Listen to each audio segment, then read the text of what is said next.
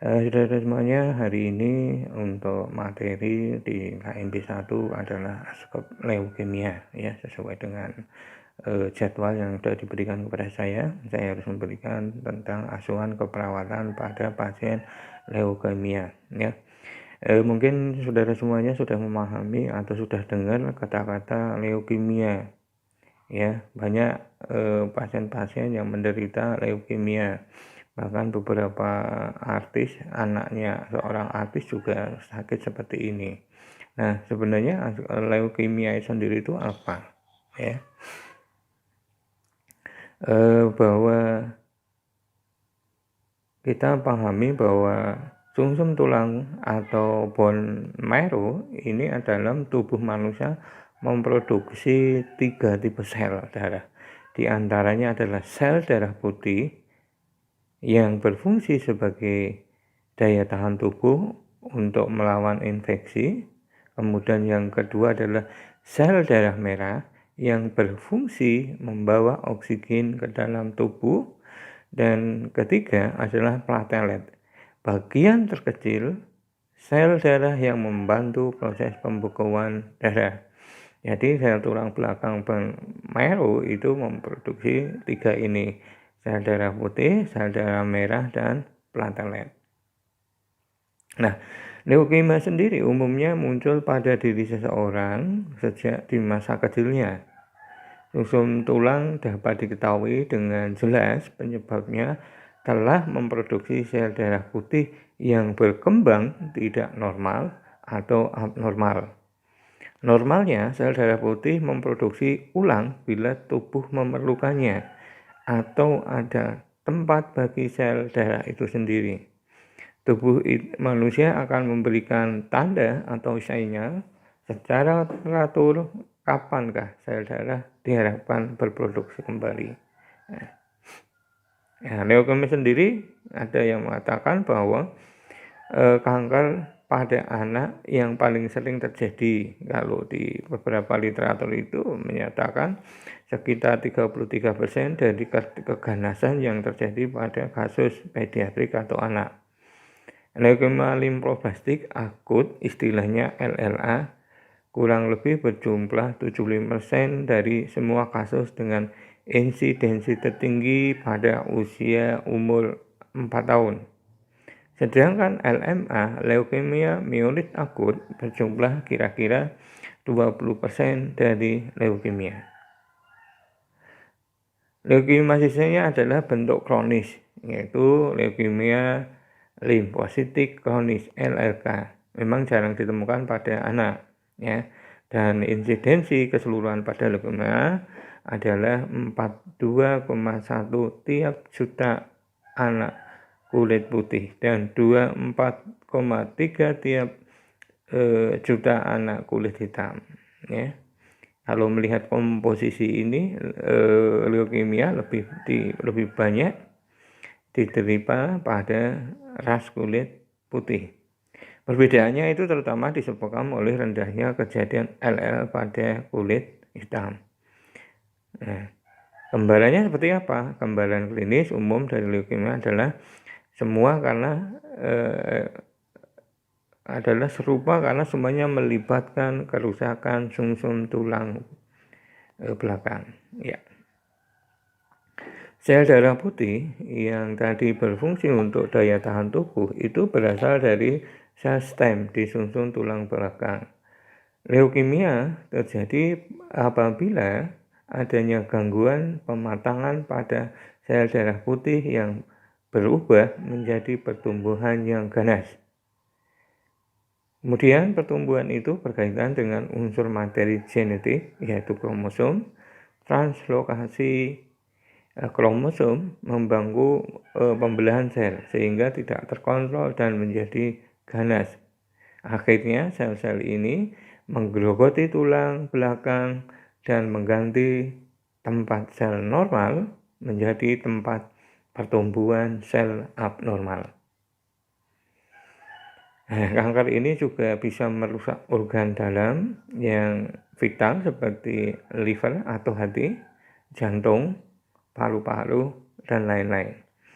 Dan pemeriksaan yang bisa terbagi ada cara-cara, ada nanti untuk pemeriksaan tes darah, pemeriksaan kromosom, tes fisik, analisa terhadap produk leukosit, dan sampel tulang belakang. Dan secara umum pengobatannya itu adalah lewat kemoterapi, yaitu pengobatan dengan obat-obat anti kanker. Kemudian yang kedua, transplantasi atau pencakokan sumsum tulang belakang sehingga nanti produksi atau bone marrow memproduksi sel darah putih, merah, platelet itu bisa baik kembali. Kemudian ada biological terapi, ada terapi radiasi, dan transplantasi sel induk. Ini beberapa secara teori. Nah, secara definisi atau pengertian dari leukemia sendiri apa? Menurut Suryadi tahun 2001 bahwa leukemia adalah proliferasi sel darah putih yang masih imatur dalam jaringan pembentuk darah. Sedangkan di dalam buku Kapita Selekta Kedokteran tahun 2000 mengatakan bahwa leukemia adalah suatu keganasan pada pembuatan sel darah berupa proliferasi patologis sel hemopoietik muda yang ditandai adanya kegagalan sumsum tulang belakang dalam membentuk sel darah normal dan adanya infiltrasi ke jaringan tubuh lain. Jadi sudah mulai metastase itu kalau menurut Kapita Selekta. Nah, sedangkan untuk etiologinya sendiri seperti apa? Etiologi itu penyebab. Penyebab yang pasti memang belum diketahui. Akan tetapi ada terdapat faktor predisposisi yang menyebabkan terjadinya leukemia. Antara lain apa? Yang pertama adalah faktor genetik. Faktor genetik itu berhubungan adalah dengan virus tertentu yang menyebabkan terjadinya perubahan struktur gen. Ya, T-sel, leukemi, limfoma, virus atau HTLV-nya. Kemudian yang kedua ada radiasi, terpapar radiasi ultraviolet. Ya, radiasi itu bisa sinar radiasi, sinar X, sinar gamma dan lain-lain. Kemudian seringnya mengkonsumsi obat-obat imunosupresif. Ya, obat-obat karsiogenik seperti obat dietil stilbestrol, ya, itu adalah obat-obat yang imunosupresif, ya, akan menekan daya tahan dan merusak tulang belakang, ya. Kemudian yang keempat adalah faktor herediter. Nah, herediter itu sudah dari sononya gennya gitu ya. Itu misalnya pada kasus kembar monozigot. Monozigot itu artinya satu induk, satu telur membelah menjadi dua. Nah, itu juga mempunyai potensi. Kemudian ada yang kelima adalah kelainan kromosom, ya, terutama pada misalnya pada kasus Down syndrome, ya, atau wajah 1000 bulan, ya, yang mempunyai wajah khas pada anak itu khas, ya, penderita dimanapun wajahnya mirip semua, ya, itu namanya Down syndrome. Oke, kemudian apa yang kita bisa lihat dari pasien leukemia kalau kita melihat dari manifestasi klinis adalah yang pertama adalah pilek yang tidak sembuh-sembuh, ya. Nanti juga harus dibedakan pileknya seperti apa, ya. Ya, kemudian pucat lesu mudah terstimulasi. Pucat lesu berakibat dari kurangnya oksigen, pasokan oksigen di dalam jaringan perifer, sehingga pasiennya akan terlihat hipoksi.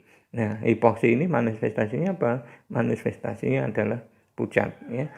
Dan lesu mudah lelah karena apa? Metabolisme di dalam tubuh itu berkurang. Akibatnya ketika metabolisme kurang, hasil dari metabolisme yaitu energi atau kalori itu tidak bisa maksimal atau sedikit, sehingga energi yang dia peroleh dari hasil metabolisme itu sedikit, sehingga pasiennya ketika energinya sedikit maka yang terjadi apa? Cepat lelah, ya. Berikutnya ada demam dan anoreksia. Demam itu kondisi di mana ada peningkatan suhu tubuh, dan anoreksia itu nafsu makannya tidak ada, ya, tidak nafsu makan. Terus karena terjadi anoreksia, asupan nutrisi akan terjadi berkurang, sehingga apa yang terjadi? Berat badan menurun, ya. Juga bisa ada petekia. Petekia itu adalah perdarahan di bawah kulit, bintik-bintik merah, ya. Nah, kemudian tanda berikutnya adalah memar tanpa sebab. Tiba-tiba di dalam kulitnya ada memar, kemerahan, ya, itu tandanya. Tanda berikutnya adalah nyeri pada tulang belakang dan persendian, ya, yang dikeluhkan. Berikutnya ada nyeri abdomen, ya, dan limfadenopati. Limfadenopati itu artinya apa? Ada pembasaran di kelenjar darah putih, ya, bisa di leher. Kalau di leher kanan atau sebelah kiri itu lipoma. Limfadenopati, pembesaran di kelenjar-kelenjar sel darah pembesaran di limfomanya atau di daerah leher, kemudian di ketiak, ya. Nah, tapi paling banyak akan muncul di daerah leher. Terus berikutnya adalah terjadi hepatosplenomegali, ya, hepatosplenomegali. Jadi ada pembesaran lien, ada pembesaran hati, ya. Nanti organ hati itu akan membesar. Nah, kemudian ada abnormalitas lipase. Oke. Komplikasinya apa? Pada pasien yang mungkin terjadi pada pasien leukemia. Yang pertama adalah sepsis. Sepsis itu adalah kondisi di mana terjadi infeksi secara sistemik.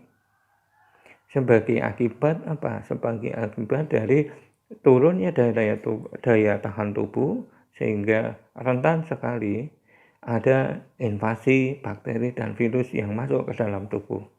Kemudian ada perdarahan. Perdarahan itu sebagai akibat dari minimnya platelet atau pembekuan darah, sel pembekuan darah yang ketika platelet itu yang berfungsi untuk pembekuan darah, sedangkan pembekuan darah itu berkurang, maka risiko terjadi perdarahan akan terjadi. Kemudian berikutnya gagal organ, ya. Banyak faktor yang menyebabkan terjadinya gagal organ pada sel leukemia. Salah satunya adalah ketika Hb sangat turun sebagai akibat produksi bone marrow, itu Hb berkurang. Akibatnya apa? Oksigen yang diproduksi juga berkurang, metabolisme berkurang, beban kerja organ itu dipaksa, sehingga lama-kelamaan akan mengakibatkan kegagalan. Nah, satu kegagalan yang dialami adalah kegagalan jantung. Nah, karena jantung sebagai pusat pompa darah, maka sangat mungkin organ-organ ini secara sistem juga akan terganggu, ya. Ini bisa mengakibatkan gagal organ. Kemudian ada yang keempat adalah iron deficiency anemia, IDA, ya. Iron artinya apa? Defisit, karena sel Hb yang diproduksi berkurang, maka kerusakan atau kandungan dalam darah Hb itu turun, ya. Itu yang dinamakan anemia, termasuk ini sel besinya juga sangat berkurang, ya. Berikutnya adalah death atau kematian, ya. Kematian bisa jadi karena gagal fungsi organ atau pasien hipoksi jaringan yang mengakibatkan oksigenasi di daerah cerebral atau perifer itu berkurang dan bisa mengakibatkan sebuah kematian pada pasien. Oke.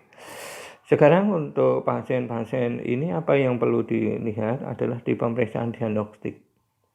Pemeriksaan diagnostik itu adalah pemeriksaan darah tepi yang diambil dari tangan di daerah perifer, ya. Nanti diperiksa. Nah, hasilnya biasanya akan terdapat leukosit yang imatur, yang belum matang, ya. Artinya apa? Terbentuknya sel darah merah itu belum berumur atau matang bahasanya. Kemudian pemeriksaan adalah aspirasi tulang sumsum tulang atau istilahnya BMP. Hiperseluler terutama banyak terdapat sel muda. Jadi sel yang dihasilkan itu belum tua atau masih muda. Kemudian berikutnya adalah yang dilakukan untuk pemeriksaan diagnostik adalah biopsi sumsum tulang. Biopsi itu adalah pengambilan sebagian jaringan di dalam sumsum tulang ini, kali ini sumsum tulang, untuk dilakukan pemeriksaan patologi anatomi, ya, untuk diperiksa jenisnya apa, yaitu pemeriksaan sumsum tulang belakang. Kemudian berikutnya adalah lumbar fungsi untuk mengetahui apakah sistem saraf pusat terinfiltrasi. Ya, nanti kalau saudara melihat pasiennya suruh tiduran miring, kemudian seperti orang meringkuk. Nah, ketika sedang meringkuk dimasukkan jarum di lumbar 45, ya. Nah, nanti dari situ akan keluar cairan medula spinalis yang bening warnanya. Itu beberapa diambil ketika untuk pemeriksaan diagnostik. Nah, tadi awal sudah dijelaskan bagaimana pengenalannya, penata laksanaan terapeutiknya secara umum di teori, beberapa teori sudah dijelaskan. Ini saya jelaskan kembali. Yang pertama adalah penata laksanaan kemoterapi dengan pemberian obat-obat anti kanker dengan cara injeksi. Ya, nanti obat-obat itu bisa dimasukkan lewat infus, ya, nanti diatur atau pemberiannya panentral, ya. Ada iradiasi kranial, ya, nanti ada sinar, ya, berapa kali jumlahnya, 24, 36, itu tergantung metastase atau sejauh mana itu sudah mengganggu, ya. Kemudian terdapat pelaksanaan kemoterapi, induksi, profilasi sistem saraf dan konsolidasi. Ini teknis saja, nanti biasanya kalau dulu pelaksanaannya oleh perawat, sekarang untuk pengoplosan sudah dari apoteker. Nah, tinggal perawat memberikan saja eksekusi sesuai instruksi yang ada. Nah, sekarang kita masuk yang namanya ASKEP, tentunya tidak lepas dari pengkajian, diagnosa, intervensi, implementasi, dan evaluasi. Nah, di ASKEP ini tentunya kita memulai dengan pengkajian keperawatan. Nah, pengkajian itu apa yang kita kaji? Tentu yang pertama adalah identitas pasien. Karena untuk melihat, ya, salah satunya nanti yang dilihat adalah mungkin nggak ada terjadi akut limfoblastik leukemia, ya. Karena apa? Sering terjadi pada anak-anak usia di bawah 15 tahun sekitar 80%. Puncaknya pada usia 2-4 tahun. Jadi nama identitas, umur untuk melihat hubungan dengan kejadian LLA pada anak. Nah, kemudian jenis kelamin itu juga perlu ditanyakan, jenis kelaminnya laki-laki perempuan. Itu untuk melihat apa? Untuk melihat rasio pada anak laki-laki atau perempuan. Dan yang sering terjadi pada leukemia sering terjadi pada anak laki-laki, ya. Oke. Berikutnya yang kita kaji adalah keluhan utama. Keluhan utama ini apa yang akan kita lihat adalah pada anak prasekolah, keluhan yang sering muncul adalah tiba-tiba demam, ya, lesu darah, lesu dan malas makan, nafsu makan berkurang, pucat sebagai akibat anemi, dan kecenderungan terjadinya perdarahan di bawah kulit, ya, tadi sebutkan adalah petegai, ya, mungkin juga mimisan dan lain-lain. Nah, kita tahu ketika anak nanti kita kaji, salah satunya beberapa hal ini mungkin nggak terjadi pada pasien. Keluhan utama mungkin nggak muncul ini. Nah, ketika muncul kita sudah mendapatkan data-data yang sesuai dengan teori yang ada, ya. Dan yang kita lihat berikutnya adalah riwayat masa lalu. Nah, riwayat masa lalu ini apa yang perlu kita dapatkan informasi dari riwayat kesehatan masa lalu, bahwa pada penderita sering ditemukan riwayat keluarga yang terpapar chemical toksin, misalnya bensem dan arsen, infeksi virus, Epstein-Barr HTLV-1, kemudian kelainan kromosom dan penggunaan obat-obat seperti phenylbutazone, chloramphenicol, ya, obat-obat yang tadi disebutkan di awal sebagai obat-obat imunosupresif, ya. Kemudian juga apakah melakukan terapi radiasi maupun kemoterapi. Ini hubungannya dengan kejadian masa sekarang yang dihubungkan dengan beberapa riwayat sebelumnya yang sangat mungkin ini saling berkaitan dan merupakan sebab akibat, ya. Kemudian ada yang kita tanyakan adalah pola persepsi mempertahankan kesehatan, ya. Yang pertama adalah pola latihan dan aktivitas. Apakah pada pola latihan dan aktivitas pasien mengalami penurunan koordinasi dalam pergerakan, didapatkan penurunan tonus otot. Bagaimana kekuatan ototnya nanti kita ukur, apakah 0 sampai 5. Kalau memang itu terjadi berarti ada parese atau kelemahan dan adanya penurunan koordinasi sehingga gerakan itu sangat mungkin tidak terkontrol, ya. Dan ada nyeri pada sendi dan tulang. Jadi pada sendi terasa nyeri semua, termasuk nyeri di bagian tulang yang tanpa sebab. KU-nya lemah, rewel, karena ini terjadi pada anak, ketidakmampuan melaksanakan aktivitas rutin seperti bermain, mandi, makan, toilet training secara mandiri, ya. Jadi semua aktivitas pada pasien ini dibantu dan tidak mandiri. Kesadarannya itu bisa somnolen. Somnolen ini kondisi adalah bingung, ya, bingung, sehingga pada pasien ini terjadi penurunan fungsi saraf karena dengan atau disertai tanda-tanda perdarahan cerebral yang itu sangat mungkin mengganggu aktivitas atau mengganggu sirkulasi darah ke daerah cerebral. Sehingga apa? Terjadi hipoksi, dan ketika terjadi hipoksi tidak ditangani dengan baik, maka pasiennya akan mengalami kegelisahan atau somnolen, ya. Ini. Pada keluhannya pada jantung merasa berdebar-debar, ya. Palpitasi, deg-degan, ya. Ada bunyi murmur, kemudian kulit pasien pucat sebagai akibat dari anemia. Kemudian ada membran mukosa pucat sebagai bentuk adanya kekurangan oksigen atau manifestasi ketika di daerah cerebral atau di daerah perifer itu kekurangan oksigen. Kemudian adanya dyspnoe, sesak nafas sebagai akibat dari kompensasi ketika tubuh kekurangan oksigen. Dia akan bernapas cepat sehingga dia pasien merasakan sesak nafas. Tachypnea, pernapasannya juga lebih cepat lagi karena apa? Untuk sebagai kompensasi tubuh untuk bernapas dengan cepat, memenuhi sebagai langkah upaya tubuh memenuhi kebutuhan oksigen di dalam perifer atau cerebral, ya. Kemudian pasiennya batuk, ada breathless, ronki, suara nafasnya, dan penurunan suara nafas. Nah, berikutnya apa? Adanya penderita sudah mengalami perdarahan yang spontan, yang tidak terkontrol dengan trauma minimal, dan terjadi gangguan visual akibat perdarahan, retina lebam, purpura, perdarahan gizi, dan epistasis atau mimisen, ya. Oke. Yang kedua yang perlu kita kaji di pola tadi adalah pola nutrisi, ya.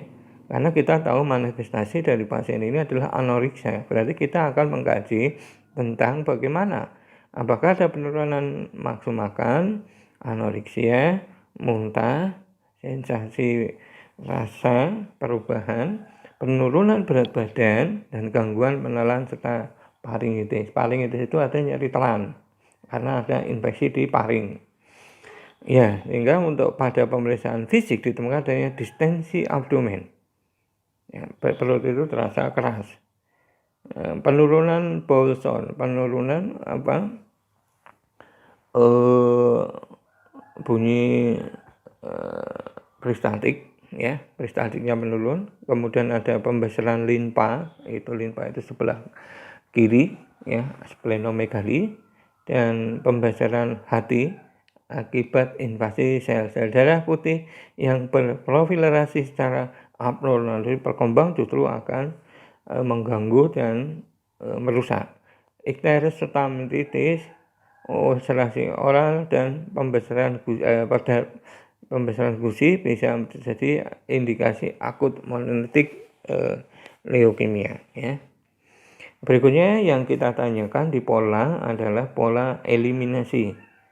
Apakah ada anak mengalami diare, peregangan pada area perianal, dan nyeri abdomen, serta ditemukan darah segar pada feses yang berwarna hitam, darah dalam urin, serta penurunan urin output, dan pada infeksi didapatkan adanya abses perianal dan disertai adanya hematori. Hematori itu ada darah dalam vesika, ya. Oke, ada perdarahan di saluran kemih, ya. Sedangkan untuk pengkajian berikutnya adalah pengkajian pola tidur dan istirahat. Jadi anak memperlihatkan penurunan aktivitas dan lebih banyak waktu dihabiskan untuk tidur, ya, karena memang kondisi pasien leukemia ini kekurangan oksigen sehingga pasiennya mudah lelah dan aktivitasnya sangat berkurang sehingga pasiennya lebih banyak istirahat tidur, ya, karena mengalami kelelahan, ya.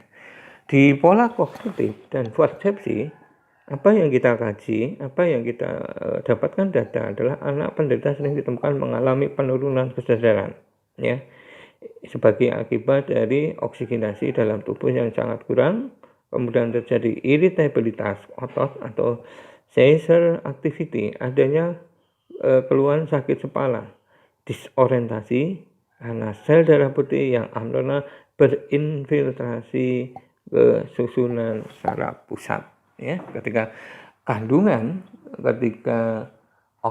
darah putih itu meningkat banyak, ya, membelah diri banyak, dan itu bisa mengakibatnya karena terlalu banyak maka darah putih itu berinfiltrasi berinvasi ke susunan saraf pusat yang bisa mengganggu termoregulasi, menekan media oblongata sebagai pusat pernapasan, tapi juga mengakibatkan aliran darah untuk di daerah cerebral kurang dan mengakibatkan apa? Adanya penurunan kesadaran. Berikutnya adalah yang kita kaji itu adalah pola mekanisme coping dan stres, ya. Pada usia anak seperti ini sangat mungkin anak berada dalam kondisi yang lemah dengan pertahanan tubuh yang sangat jelek, ya, karena terjadi hal semacam itu. Di dalam pengkajian dapat ditemukan adanya depresi, withdrawal itu menarik diri, cemas, takut, marah, dan iritabilitas sensitif. Juga ditemukan perubahan suasana hati dan bingung pada pasien ini, ya. Berikutnya apa yang kita kaji di pola hubungan peran. Karena pada dasarnya pasien anak-anak usia prasekolah merasa kehilangan kesempatan berkumpul, bermain bersama teman-teman serta belajar.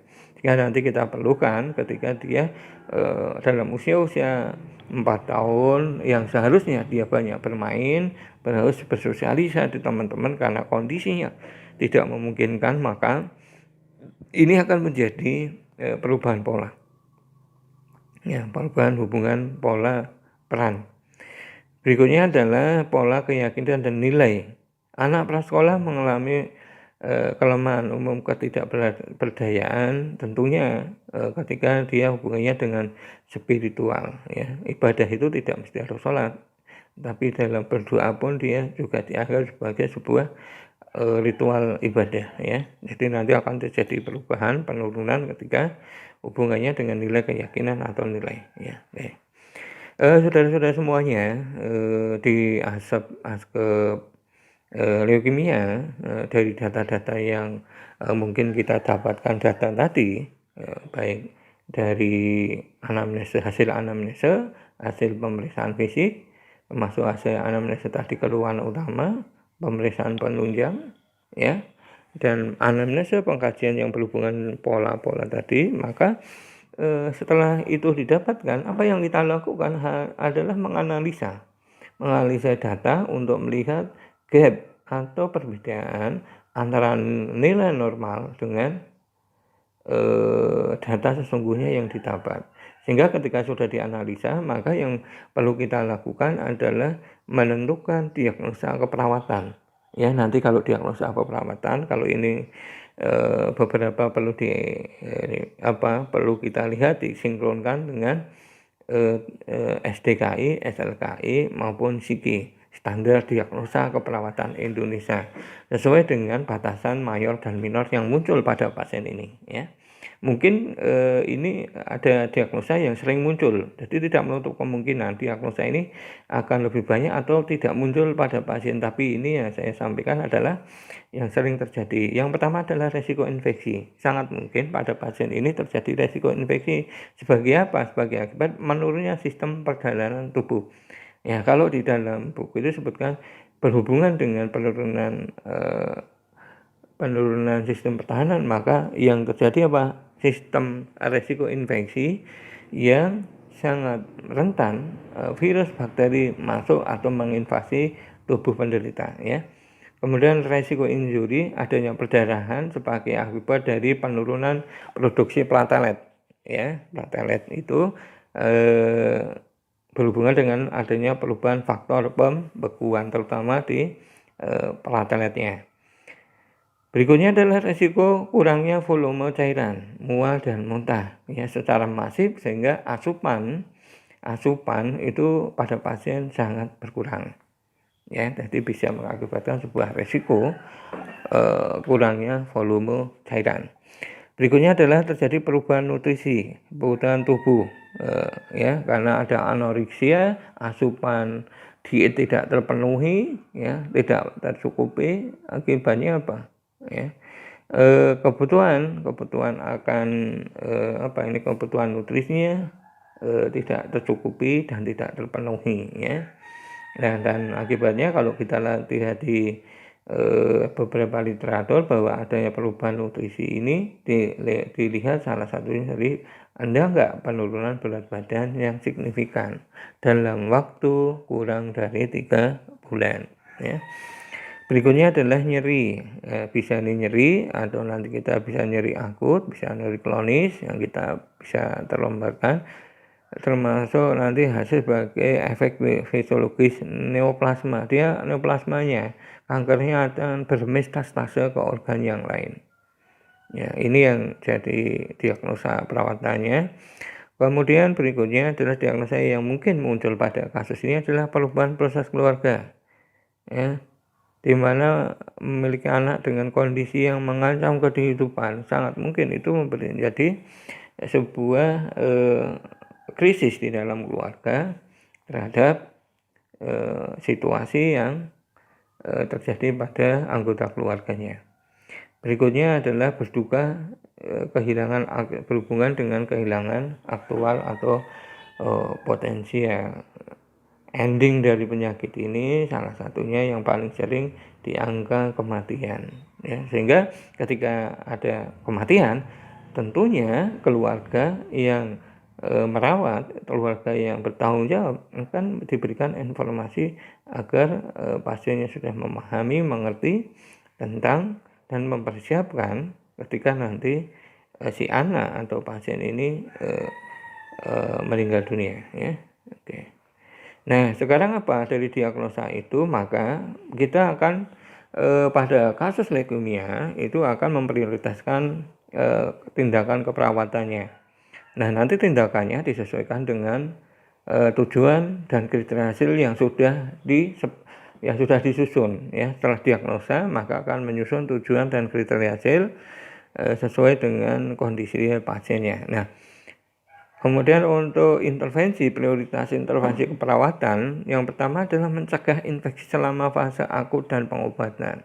Ya, daya tahan tubuh pasien sangat menurun, sehingga ketika daya tahan pasien turun, upayanya adalah menjaga agar tidak terjadi infeksi, ya, memastikan semua dalam kondisi yang baik. Karena kalau itu terjadi infeksi, yang dikhawatirkan kalau infeksi lokal tidak masalah, tapi kalau infeksi sistemik, dan itu bisa mengakibatkan sepsis dan gagal multi organ, ya.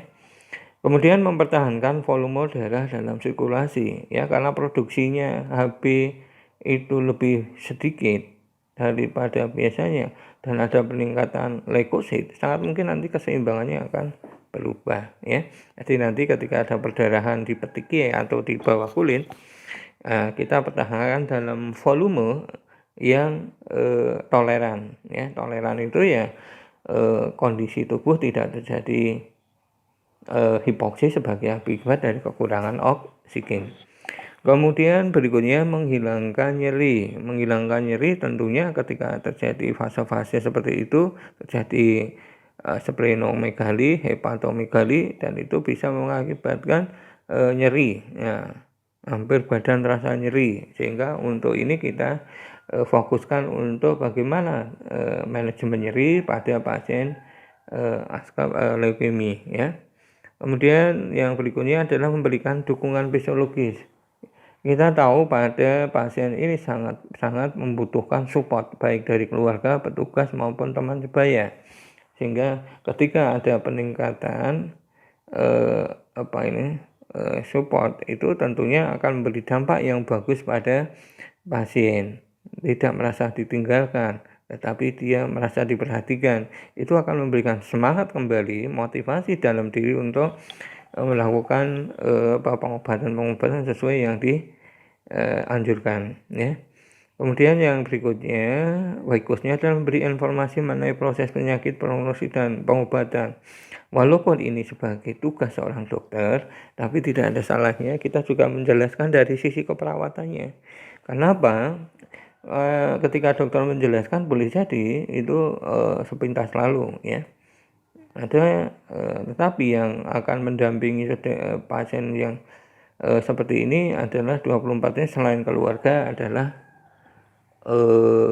perawat, ya, petugas. Sehingga bagaimana nanti kita memberikan informasi agar tidak informasi ini harus diberikan, itu karena menjadi hak dari pasien dan keluarga. Dan di dalam etik keperawatan, selain berhak menolak, berhak mendapatkan informasi, itu mau tidak mau harus dipersiapkan dari memberi pelayanan, atau di asuhan keperawatan kita harus mempersiapkan waktu untuk memberikan edukasi kepada keluarga. Oke. Itu tadi ada beberapa literatur yang mengatakan komplementari terapi, ya. Nanti bisa dilihat beberapa jurnal. Salah satunya adalah obat herbal kanker darah leukemia aman efeknya dengan herbal Santon Plus, ya. Itu terbuat dari apa? Terbuat dari manggis, itu termasuk kulitnya, ya. Tapi ada juga yang kalau saya pernah yang sudah di skandifikasinya atau diteliti, salah satunya dari TCM, traditional Chinese medicine. Misalnya penggunaan daun sirsak, ya. Daun sirsak itu juga mempunyai efek yang cukup bagus untuk menahan atau bahkan untuk mengurangi terutama di kanker ya. Oke. Saudara semuanya, mungkin itu yang perlu saya sampaikan pada kesempatan hari ini tentang asuhan keperawatan pada pasien leukemia. Mudah-mudahan yang sedikit ini bisa memberikan gambaran, bisa memberikan tambahan pengetahuan bagi saudara semuanya. Dan pesan saya adalah sebaik-baik manusia adalah mereka yang bermanfaat bagi orang lain. Nah, mudah-mudahan dengan kata-kata ini bisa berikan motivasi untuk tetap semangat belajar, tetap semangat untuk mendapatkan ilmu dalam kondisi apapun, sehingga ilmu yang kita dapatkan kita bisa terapkan, kita bisa membantu, kita manfaatkan untuk bagi orang lain. Karena apa? Biar kita menjadi salah satu sebaik-baiknya manusia. Oke, terima kasih.